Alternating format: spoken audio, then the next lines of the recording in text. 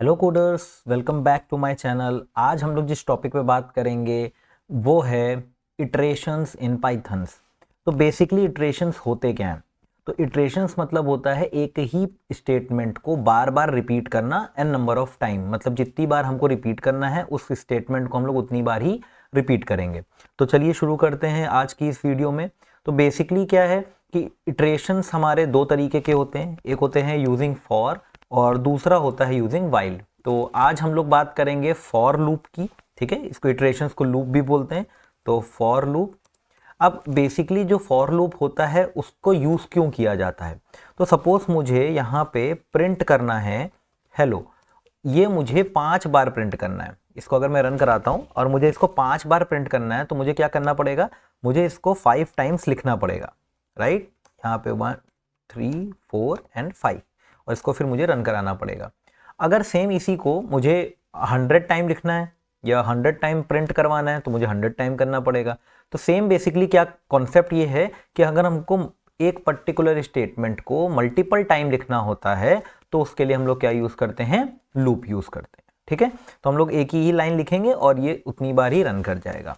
ठीक है, तो अब जो फॉर लूप होते हैं वो दो टाइप के होते हैं, दो तरीके से काम करते हैं। फॉर यूजिंग रेंज, पहला होता है फॉर यूजिंग रेंज और उसके बाद होता है आपका फॉर यूजिंग सीक्वेंस। ठीक है, आप चाहो तो इसको नोट डाउन भी कर सकते हो। तो for using range and for using sequence. तो स्टार्टिंग में हम लोग बात करते हैं किसकी? फॉर यूजिंग सीक्वेंस की, कि सीक्वेंस क्या होता है। तो अब देखो सीक्वेंस को कैसे यूज करेंगे फॉर लूप में। तो सीक्वेंस में मैंने आपको स्टार्टिंग में पढ़ाया था कि हमारे पास सीक्वेंस में 3 डेटा टाइप होते हैं। पहला स्ट्रिंग होता है, दूसरा लिस्ट होता है एंड तीसरा आपका टपल होता है। ठीक है, तो उसके अंदर हमको कैसे ट्रेवल करवाना है वो आज हम अभी सीखते हैं। तो देखो सबसे पहले क्या करते हैं, एक कोई भी स्ट्रिंग, टपल या लिस्ट ले लेते हैं। तो सपोज मैंने यहाँ पे ले लिया a is equal to hello. अब ये हेलो जो है वो क्या है? स्ट्रिंग है। अब इसमें कितने अल्फाबेट है? 5। ठीक है, तो हमारा लूप कितनी बार रन करेगा? 5 टाइम्स रन करेगा। सेम इसको रन कराने के लिए क्या करते हैं? फॉर। अब फॉर का ये सिंटेक्स होता है फॉर आई इन ए। तो ये कर क्या रहा है? आई जो होता है वो बेसिकली एक वेरिएबल होता है। अब इसको कुछ भी आप ले सकते हो। इन जो होता है और फॉर जो होते हैं वो कीवर्ड होते हैं। ए क्या है? ए हमारे ऊपर वाला वेरिएबल है जो हमने यहाँ पे लिया है। ठीक है, अब यहाँ पे हमने क्या किया? प्रिंट। अगर हमको हेलो प्रिंट कराना है तो वापस से हम हेलो लिख देते हैं और आप यहाँ पे चेक करोगे, यहाँ पे 5 टाइम्स हेलो लिख के आ गया। बट ये क्यों आया? प्रॉब्लम तो ये आती है हमारे सामने जब हमको ये नहीं समझ में आता है कि ये कितनी बार रन कर रहा है, वो कैसे पता करें। तो उसके लिए देखो सिंपल सा फंडा ये है कि अब मैं यहाँ पे इसको आई को प्रिंट करा देता हूँ।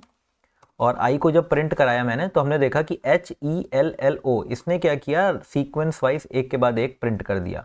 इसका मतलब क्या समझ में आया? इसका मतलब ये समझ में आया है कि ये जो आई है ये क्या कर रहा है? ए के अंदर जा रहा है। इन मतलब होता है अंदर, ए के अंदर जा रहा है वो और एक एक अल्फाबेट को उठा के निकाल के ला रहा है। ठीक है, अब सीक्वेंस डेटा टाइप में मैंने आपको बताया था कि ये सीक्वेंशियल होता है, इसमें इंडेक्स वैल्यू होती है। तो यहाँ पे देखो 0 1 2 3 4 मतलब 4 टाइम्स ये इंडेक्स वैल्यू ये चलेगी। ठीक है, अब सेम यही हम काम करते हैं। LI एक लिस्ट ले लेते हैं और यहाँ पे हम कुछ नाम लिख देते हैं या मैं कुछ नंबर्स लिख देता हूँ। अच्छा, यहाँ पे नंबर ज़रूरी नहीं है कि आप रैंडमली लिखिए। मैं ऐसे करके देखो 2 लिख दिया मैंने यहाँ पे। ठीक है, तो कोई इशू नहीं करेगा ये। अब इसको अगर हम यहाँ पे प्रिंट कराते हैं तो आप देखोगे यहाँ पे एक एरर आ गई। क्या एरर आ रही है? एक्स। अच्छा ठीक है, तो हमने यहाँ पे क्या नहीं लगाया? कोलन नहीं लगाया। ठीक है, तो कोलन लगा देते हैं। कोलन लगाने के बाद अगर आप देखो तो यहाँ पे ये 1 2 3 4 5 6 ने प्रिंट कर दिया। तो लूप कितनी बार चला? ये इतनी बार चला। अगर मैं यहाँ पे सेम लिख देता हूँ लर्न विथ अमित सर। ठीक है, तो ये क्या करेगा? ये उतनी ही बार उसको प्रिंट कर देगा जितने LI के अंदर आपके एलिमेंट्स होंगे। अब एलिमेंट्स क्या होते हैं, लिस्ट क्या होती है, टपल क्या होती है, इसके लिए मैंने एक वीडियो बना ली है, आप उसको जाके देख सकते हो। ठीक है, और अगर नहीं समझ में आता है तो आप प्लीज़ कमेंट करो।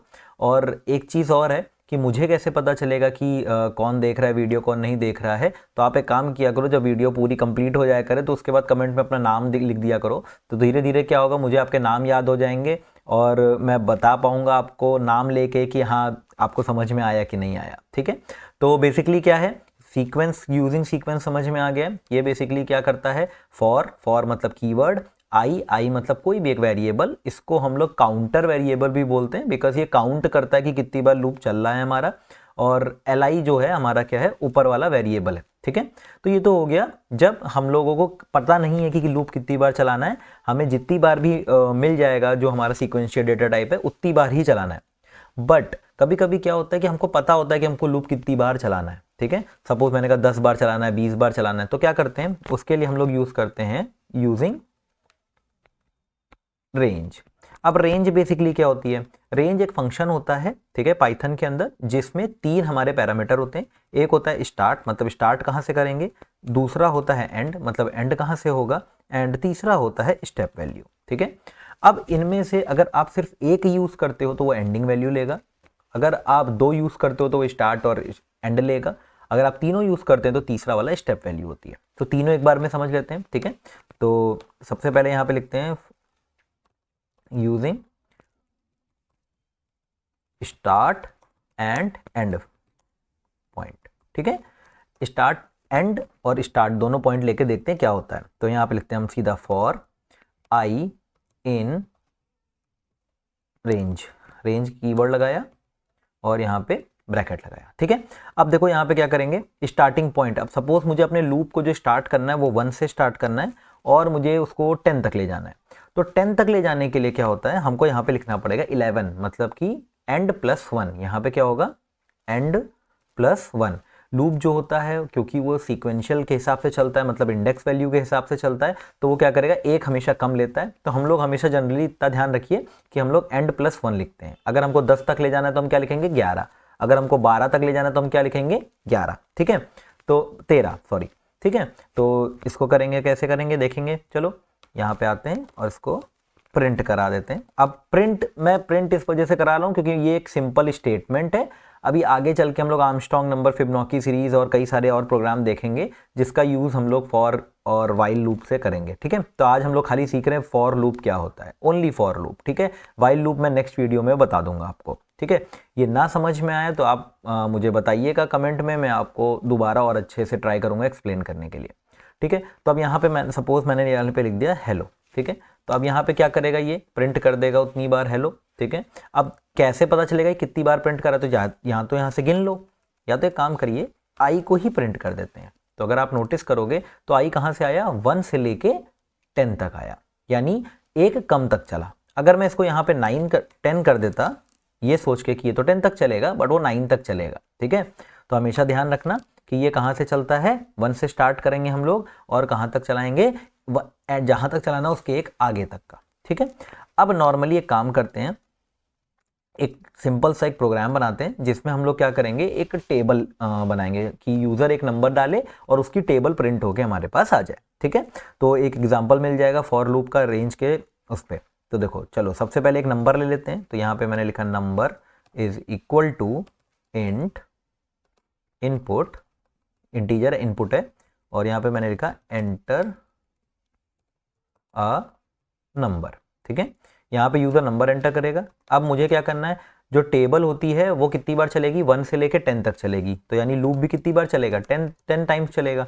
तो यहाँ पे हम लिखते हैं 1,10, नहीं 11 लिखेंगे। क्यों लिखेंगे 11, क्योंकि वो हमेशा एक कम चलता है, ठीक है। तो ये 10 बार लूप चलेगा। अब हमको कराना क्या है, तो हमने कहा कि यहाँ पे टेबल नाम का एक वेरिएबल ले लेते हैं। टेबल इज इक्वल टू, हर बार करेगा क्या, नंबर को मल्टीप्लाई करेगा किससे, आई से, क्योंकि आई की वैल्यू पहले 1 होगी, फिर 2 होगी, फिर 3 होगी, फिर 4 होगी। तो यहाँ पे आई को प्रिंट करा देते हैं और हर बार प्रिंट क्या करा देगा, टेबल, ठीक, टेबल को हर बार क्या करा देगा, प्रिंट करा देगा। तो अब सपोज मुझे 2 की टेबल चाहिए, तो यहाँ पे देखो 2, 4, 6, 8, 10, 12, 14, 16, 18, 20, यहाँ तक का हमको दे दिया प्रॉपर। बट क्या इस तरीके से टेबल लिख के आएगी तो अच्छा लगेगा ना, इस तरीके से अच्छा नहीं लगेगा। तो एक काम करते हैं, चलो इसको थोड़ा सा और सुंदर बनाते हैं। कैसे, तो टेबल होती है 2 × 1, यानी जो नंबर आ रहा है सबसे पहले वो लिख के आएगा, फिर उसके बाद मल्टीप्लाई का साइन लग के आएगा, देन उसके बाद आई यानी 1, 2, 3, फिर उसके बाद इक्वल टू का साइन लग के आएगा, देन हमारा टेबल, ठीक है। ये हमारा प्रॉपर हो गया। चलो इसको चेक करते हैं एक बार, इस बार चलो 12 का देते हैं। तो ये देखो 12 24 36 48 60 72 80 120। Got it.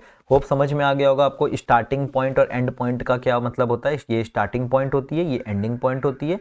ठीक है, चलो अब एक बार और देखते हैं step and step value. Step value क्या होती है, चलो चेक करते हैं। तो मैंने यहाँ पे लिखा फॉर आई इन रेंज 1 से स्टार्ट करते हैं और 100 तक ले जाते हैं। ठीक है, और 100 तक ले जाने के लिए मुझे क्या करना पड़ेगा, 101 तक करना पड़ेगा। कॉमा लगाया, मैंने यहाँ पे रखा 2। अब होता क्या है कि बाय डिफॉल्ट स्टेप वैल्यू कितनी होती है, 1 होती है। स्टेप वैल्यू मतलब क्या है कि एक एक स्टेप करके आगे बढ़ना। ठीक है, तो 1 होती है बाय डिफॉल्ट, तो हमने यहाँ पे 2 दे दिया, यानी अब 2-2 स्टेप चलेगा। और यहाँ पे प्रिंट कर दिया किसको, आई को हमने यहाँ पे प्रिंट कर दिया। अब देखो हो क्या रहा है, देखो इसने क्या किया, 1 प्रिंट किया, फिर उसके बाद डायरेक्ट 2 छोड़ के 3 प्रिंट किया, फिर 4 छोड़ के 5 किया, फिर 6 छोड़ के 7 किया, फिर 7 छोड़ के 8 छोड़ के 9 किया। मतलब ये क्या कर रहा है, एक एक जंप कर रहा है। तो अगर आप देखोगे तो यहाँ पे हम लोगों ने सिर्फ 2 लाइन में किसका प्रोग्राम बना दिया, 1 से लेके 99 यानी 100 तक का जितने भी हमारे ऑड नंबर आते हैं उनका प्रोग्राम हमने बना दिया। सेम यही अगर इवन से करना होगा तो हमारी जो लिस्ट रेंज होनी चाहिए वो कहाँ से स्टार्ट होनी चाहिए, वो होनी चाहिए 2 से स्टार्ट होनी चाहिए। ठीक है, तो ये कहाँ तक चलेगा, आई की वैल्यू क्या होगी स्टार्टिंग में 2। तो अब देखो क्या आ रहा है, 2 4 6 8 10 12 14 16 ऐसे करके। ठीक है, तो होप ये समझ में आ गया होगा स्टार्टिंग पॉइंट और एंडिंग पॉइंट क्या होता है। बट कभी कभी कुछ ऐसी सिचुएशंस आती हैं कि ना हम स्टार्टिंग पॉइंट दे पाते हैं, ना ही हम स्टेप वैल्यू दे पाते हैं। हम सीधा क्या देते हैं, ओनली एंडिंग पॉइंट। ठीक है, तो ये क्या करता है, चलो चेक करते हैं। देखो लूप वैसे उतनी ही बार चलेगा। सपोज मैंने यहाँ पे लिखा 10 और इसको मैं प्रिंट करा देता हूँ, तो देखो कहाँ से चल रहा है, 0 से लेके 9 तक का चला। कितनी बार, 10 टाइम्स चला। तो बाय डिफॉल्ट कहाँ से चलता है, स्टार्टिंग पॉइंट क्या होती है, हमको समझ में आ गया, 0। स्टार्टिंग पॉइंट क्या होती है बाय डिफॉल्ट, 0। ठीक है, अब इसको भूलेंगे नहीं हम लोग। ठीक है, तो होप समझ में आ गया होगा आपको। ये है आपका नॉर्मल टेबल वाला प्रोग्राम। तो मैं इसको टेबल वाला प्रोग्राम वापस से लिख दे रहा हूँ ये। ठीक है, ये आपका टेबल वाला प्रोग्राम था। आप इसको नोट डाउन कर लेना कहीं पे भी, या एक बार अपने आप से ट्राई करना। देखो जब आपको तभी समझ में आएगा जब ये आप अपने आप से ट्राई करोगे। ठीक है, विदाउट ट्राई आप नहीं सीख पाओगे इस चीज़ को। ठीक है, तो बेसिक है ये प्रोग्रामिंग्स का। मैं ऑनलाइन कंपाइलर यूज़ कर रहा हूँ बिकॉज इससे आउटपुट भी बगल में ही आ जाता है और जल्दी आ जाता है। नहीं तो हम लोगों के पास और भी सॉफ्टवेयर्स होते हैं जैसे विजुअल स्टूडियो का कोड। ठीक है, ये कोड भी हम लोग यूज़ कर सकते हैं। तो कई सारे सॉफ्टवेयर से हम लोग इसको यूज़ कर सकते हैं, बट ये वाला आप प्रोग्राम देख लो। तो हमने क्या सीखा, बेसिकली फॉर लूप होता है, इसको हम लोग इटरेशन भी बोलते हैं। इटरेशन मतलब क्या होता है, किसी भी पर्टिकुलर स्टेटमेंट को, जैसे यहाँ पे मैंने ये इन 2 स्टेटमेंट्स को बार बार रन करवाया है। ठीक है, कितनी बार रन करवाया है, 10 बार रन करवाया है टोटल। अगर क्या ये मैं फॉर लूप के बिना नहीं कर सकता था, कर सकता था, बिल्कुल कर सकता था। मुझे बस क्या करना होता, हर बार आई की वैल्यू को चेंज करते करना पड़ता। ठीक है, और उसको लिखना पड़ता वहाँ पे, और उतनी ही बार हमको रिपीट करवाना पड़ता। ठीक है, तो अब नेक्स्ट वीडियो में हम लोग बात करेंगे वाइल लूप की, फॉर रेंज के साथ में और फॉर सीक्वेंस के साथ में। इसको नहीं समझ में आया, अब वीडियो को रिवाइंड करिए और फिर से देखिए। आई एम श्योर कि आपको वो चीज़ समझ में आ जाएगी। ठीक है, अपना अपना नाम कमेंट में लिखना ना भूलें, ताकि मुझे भी याद रहे कि मेरी वीडियो कौन देख रहा है। तब तक के लिए कोडिंग करते रहें। जय हिंद।